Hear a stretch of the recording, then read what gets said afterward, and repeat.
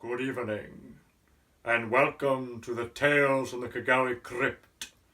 This evening, these horrible acts waiting for thousands of years to come out into the light, under the palest moonlight. What are we doing?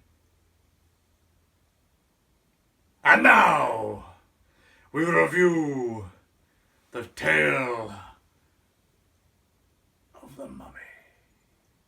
I don't know if I would call it the tale of the mummy. It's really about family. And the problems that they go through. Yes. All right, so I'm Dan. This is Keith. We are reviewing / reacting to the classic DCOM from 1997, I believe Yep, you it was said. 97. Yeah, Under Wraps. Under Wraps. This is our Halloween spooktacular. I should say. So Keith has seen this a few times. Yep. I saw this. And we mean semi-recently, in the last decade. Yeah. I have seen this before, but I had zero memory of it. I haven't seen it since I was really young. I was 6 in 1997, so. But I was younger than that. Yeah. So This thing was on all the time back in the day. yeah, though. somehow I missed it a lot. So I basically was watching it for the first time for all intents and purposes. It was good. I liked it. Really good. It was better than I expected. Yeah, the old school DCOMs were really like, we were joking, but Yeah. they centered around a family idea or theme of an issue, Yeah. and they had this greater metaphor that was extrapolated out and then paralleled in whatever was happening. I mean, especially I think the Halloween ones Yeah. were really good, top-notch stuff. Yeah. They had that's the right mix of, like, it is still family appropriate. It's not like they go crazy or anything. But the characters are mean enough. Yeah, the to be characters real. are mean. It's spooky enough to not feel totally neutered. I can never think of a nicer way to say it than that. And it's, like, they do have bad guys with guns, but they're not, like, murdering people. It's true to the genre in a way that you can appreciate the Halloween aesthetic. Yeah. No, it really gets you in the mood, and it has a positive message. It's funny. I do think if I was young enough, it would be scary at points. I will say, I feel like The Mummy, his first appearance, was a total shift for me. In what way? Well, up to that, and I think it's, somewhat intentional, but up to that point, it really isn't, a goofy movie. Yeah, the opening is, a fun little nod to, how terrible it could be. Yeah. But afterwards, it, legitimately is pretty, It leaves itself open to having serious yeah, things. it's spooky, for a kids show. And so, yeah, that was a very, okay, now we're going slapstick, but the slapstick was great. Yeah, I mean, that's part of the term. Yeah, I think that's intentional. Yeah, and I think, I think we both really liked the stuff at the hospital. Yeah, the hospital scene. When I saw the hospital, I'm like, get ready, this is the best part of the movie. It was so good. And I also really loved right after the hospital, the thing where he reenacts the whole thing. Yeah, the craziest thing is, I understood every single thing. That was really great. Highly recommend this, people. And I think that also, I guess I loved the little things like the McDonald's woman not just thinking it was normal life. Same way with the nurse, just being it's just like everybody else, buzzing the buzzer. Just pushing the paperwork, you just gotta same as always. Yeah, no, it was really on point. Yeah, there are smart jokes and there are smart attitudes. Yeah, that just carry it. And when you have this environment where they're constantly on location, there are big sets, there are complicated sets, they're going everywhere. They poured money into this thing. The atmosphere was beautiful, like the beginning of the scary house, the wrought iron gate that comes across in this archway, all covered in these dead vines. And it's even if it's not scary, it's beautiful. And the inside of the house is so Vincent Price, it's everything is. No, they do a great job with the theatricality of it all. And the great thing too is all the characters are perfectly palatable even as an older viewer. They're all likable and different, and they all have their own little mini stories going on. And I guess, I like all of them. Bruce, I thought was great. I think the actor who played him was really enjoyable. I especially loved his opening scene, and the whole thing with the ways to talk about the mummy and the flashing lights and everything. I thought that was great. Yeah, the greatest thing about how funny this is the way that it gives and takes horror and laughter. It's like Yeah.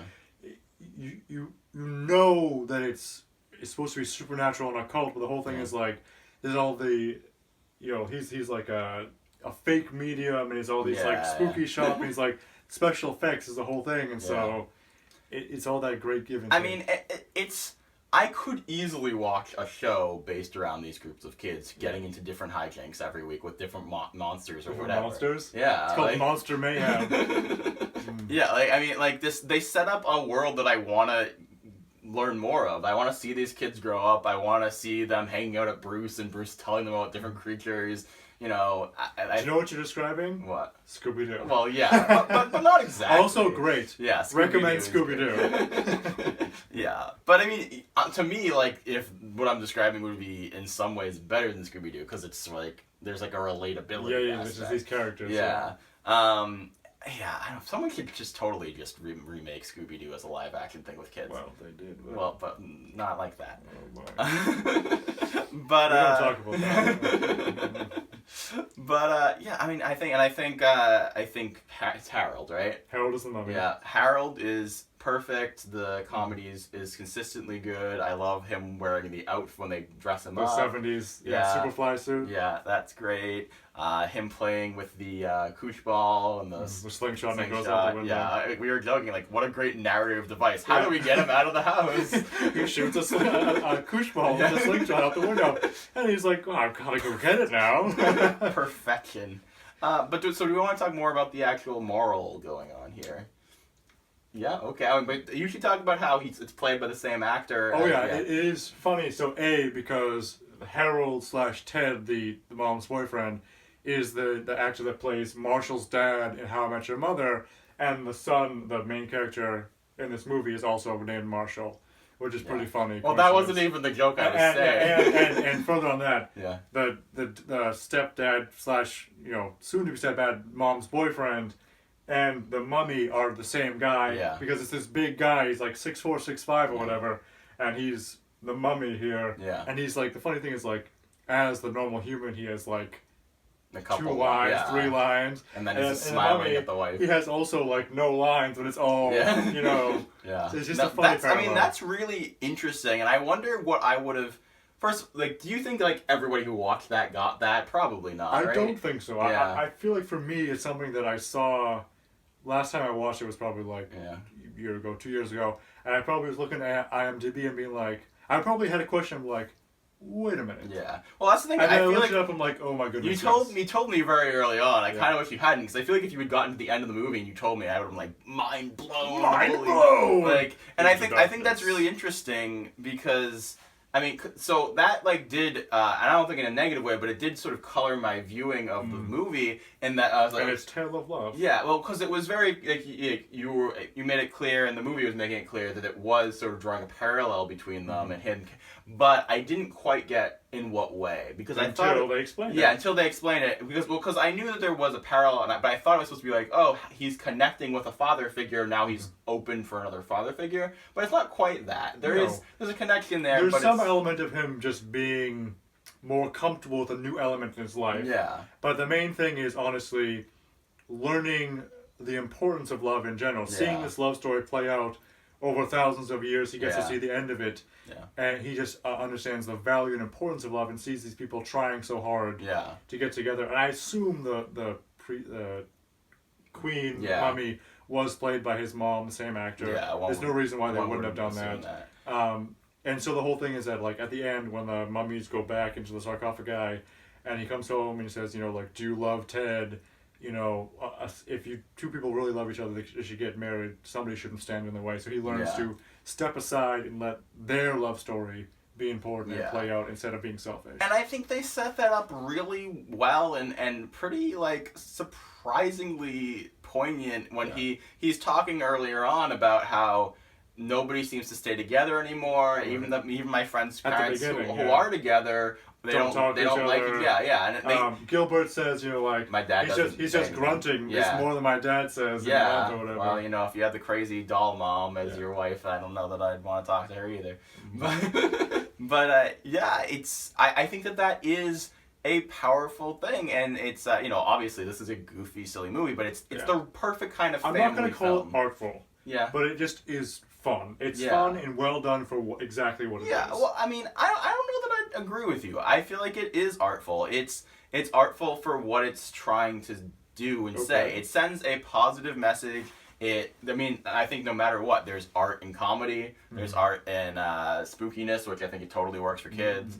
And I think that it is teaching a solid lesson that isn't afraid to talk about things that are legitimate. And we should talk about this a little bit in comparison to Girl Meets World, because this is what our channel is about, usually is Girl Meets World. I think it's just us being mean to everything around us. Obviously.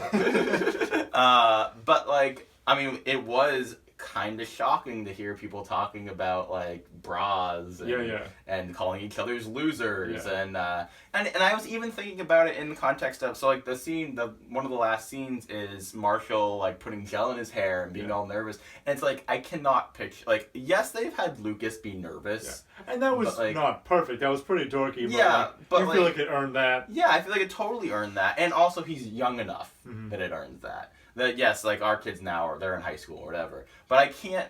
Our kids. Yes, our kids. Children. Our children. Yes. I guess I can't picture any of the characters other than Riley pulling that off. And I think you made a good point in saying that Marshall had a very Wonder Years vibe. I think that has to do with it too. I think there's a certain element of the antiquity. It's hard to say, but the antiquity of this gives its flavor not only in the characters and the way they interact with the world, but oh man, just the way the world is set up is just so charming. Yeah, there's there's wonder still. Yeah, there's so much these old decoms. And I know that you might say, oh, it's just nostalgia, but I was like, Dan, you didn't remember anything of this. Well, it just has a charm about it that brings this sort of creative, innocent child. And I always hate that term for the children movies, but this child wonder to the world, and just the way the haze in the world and the way that the places are both big and small at the same time, and you could explore so far, but at the same time you come and the themes are all there and present everywhere. Well, that's the thing. I am interested, can this work in a thing, because when I watched Stranger Things, I'm not going to get into too much, but when I watch that is something modern day that gives me this feel. It's but they worked very hard for it. It isn't set in modern day though. So my question is it something about the time period? Well, I don't feel like it is. Is it something and also Stranger Things is HD. So for a while I was is it just the way things are shot now? Is it the fuzz of analog? Yeah, but. Yeah, because when we were talking, I was like, well, so how much is this nostalgia or whatever? But yeah, I haven't seen this movie, and I have no connection to this movie, but I have connections to things like this movie, and I do think that Invisible Sister was somewhat close. Oh yeah, Invisible Sister was very refreshing. Yeah. But I think that overall, it didn't quite get this. The problem is when the kids don't look like actors, they look like kids. Yeah. Same with the parents don't look like actors.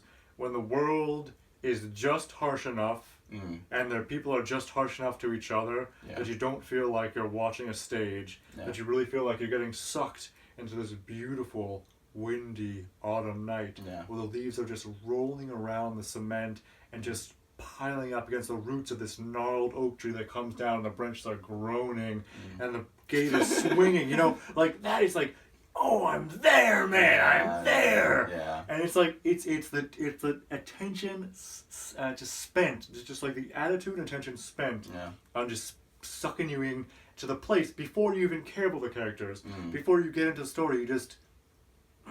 Well, and are you there? I also want to say so the characters are pretty simplistic, but the dialogue and the performances really make up for it, because I'm not going, oh, this is a simple character. I'm going, oh, this is a human being that I can believe in. Ooh, spooky editing point.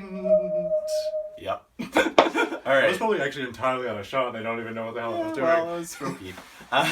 So I was talking, so to be clear, I don't think that this was some stellar cast of amazing performances, but I feel like sometimes when they are breaking in and out, it just gives a more a more... It's just, even if it's bad, it's real. Yeah. Even if it's bad, it's real. Yeah, and I do think, for me, the girl, Amy, I do think she was a little bit more inconsistent than the others. I actually think Gilbert was... Gilbert was on point, yeah.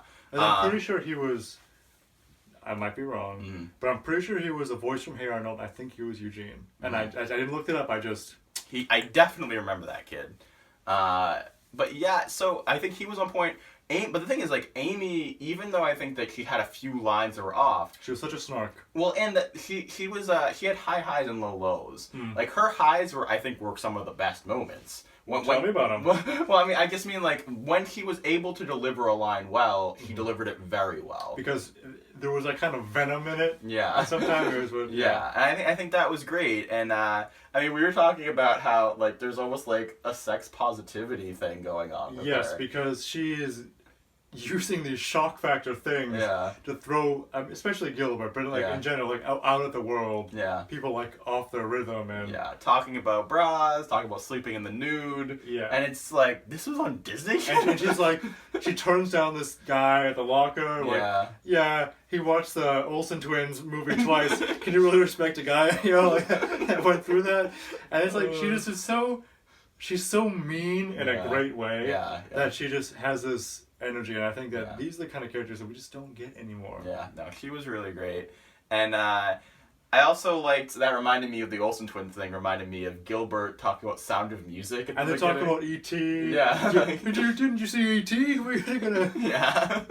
That was so good. I loved all the references. Yeah. I think all the characters are really likable. Yeah. I don't know, anything we didn't like? I mean, to me, this is the kind of thing that I can't break down in that same way, because even the things that I didn't think were good, they were still charming. Yeah. So this to me is one of the ones that I am not going to be able to be super impartial because this is, I think, my second favorite Halloween decom. Yeah, it's really good. Yeah. I think that I also want to talk about the little kid with the blanket. I think that another example of not the best actor in the world, but he was fun to watch in his ridiculousness. You know, painting a stark difference between someone like Ava. I think the biggest difference is he falls into this different category where he is this scrappy little runt that you are supposed to hate. Yeah. You're supposed to hate, but at the same time, he's not trying to be overly cutesy, because he says things like, you know, oh, you get out here with your stupid blanket. It's a rag in case I gotta wipe something down. He's like a weird little mechanic. You know, like, he's a weird little gruff mechanic shrimpy kid. And it's like, you're supposed to, like, he's annoying, but, like, he's annoying because he's great because he's just stupid and, you know. Also, I have to say, I mean, I'm trying to think of parallels in modern times, but I feel like the 90s were, like, the era of kids who were obsessed with horror movies, or just movies in general. I think they're just, there was a whole, like... a lot of horror movies in the 90s, first of all, so you just start there. Yeah, but I don't even think it was just, like, horror movies. I feel like the thing, like, I feel like writers at that time were really into, I'm gonna write myself. I loved movies at this age. Like, even if it wasn't horror movies, it was, like, a thing of really being into that. I think, there was a lot of things targeted for kids in a fun way, and I think that there was just a buildup of cult followings of different things, because you have different layers of being able to enjoy things. You have the things and you have the communities around them, which, you know, I mean, I don't want to bring the internet too much into it, but, you know, there's that connection. I don't think kids are using the internet, but, you know, I just think that the culture of education had shifted towards being more about these secondary groups of appreciation and little things here and there. And I think just a lot of things at that time were tailored towards kids in a more... I want to say the word respectful way. It was less talking down to kids and just letting them enjoy things in this mysticism kind of amazing way. And here's the thing, like, these kids I don't think are, like, exactly believable, but they're a much closer facsimile to life, as opposed to, I feel like a lot of times nowadays what we get is what adults want kids to aspire to be, as opposed to showing anything close to the reality of how they are. Yeah, I agree. And I think that that's a problem. Because when you have this, you know, facade of something, going through these trials, whatever, like, there's no reward, because the ability to get by it is sort of already in the package, as opposed to you have normal people with flaws and problems, and they go through these things and they gain things. You know. Well, think about it like this. These kids, like, yes, like, if you want to be like, the reality is of how bad they could be or whatever, these are supposed to be the good kids. And so I buy them. And they're lousy kids. I buy them as the good kids, but think about, like, they are, as the good kids, are definitely worse off than, like, worse than Maya, who's supposed to be the bad kid. Exactly. You know, like, they're constantly sneaking out, they're being mean to each other in a much more outright way. And yes, there is, like, the flirtation aspect, but... Later, I mean, that's a little different, but... we should talk about the villain. The villain. The villain. Spooky dude. Very wacky, zany part of the picture here. I mean, it is, the villain I think maybe is the more contrived part of it, but he's got a scary look, and I think that just made it. Yeah, he was a fun guy. He was a fun dude. Yeah. It was one of those things where, like, it didn't even necessarily need a villain in this movie. I mean, he's like a mob boss / career criminal with some sort of organization who is dabbling in the occult / ancient artifacts, and he fakes his death to try to retire on his plundered goods. And then here's he'd been reading about mummies. Oh, how did you finally do it? And they didn't make the occult part of it so big, but like you get the sense that he was trying to do something or trying to at least understand.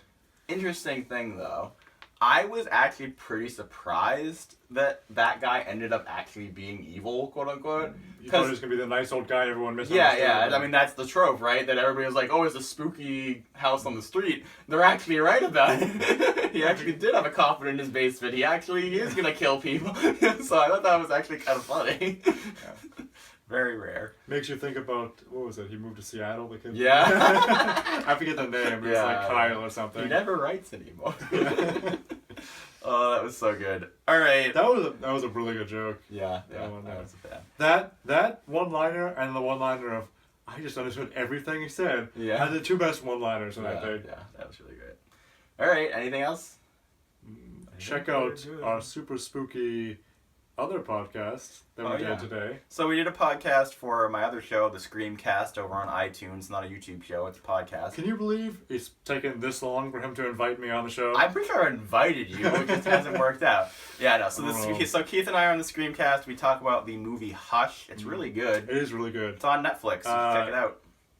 If you're of a certain age. Yeah, if you're able to handle violence. It is a full-blown horror movie. Yeah.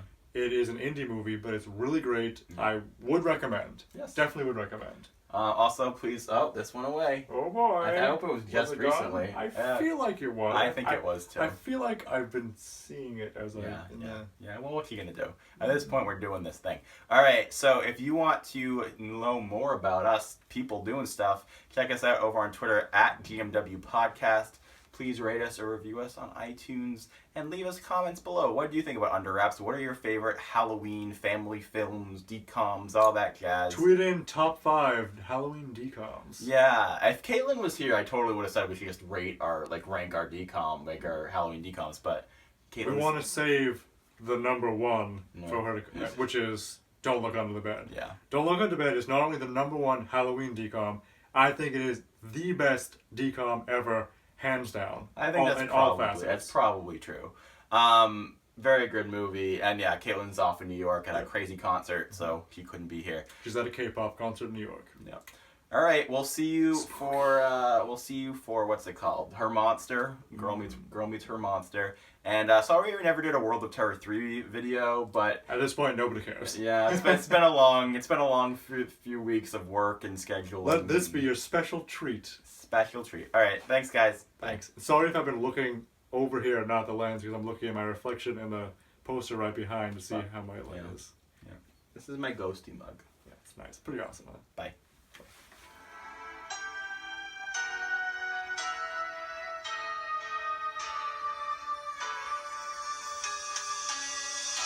All by myself, don't wanna be all by myself anymore.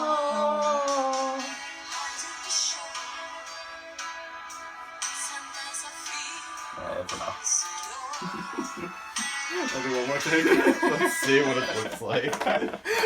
How bad should it be? How bad does it have to be to be funny?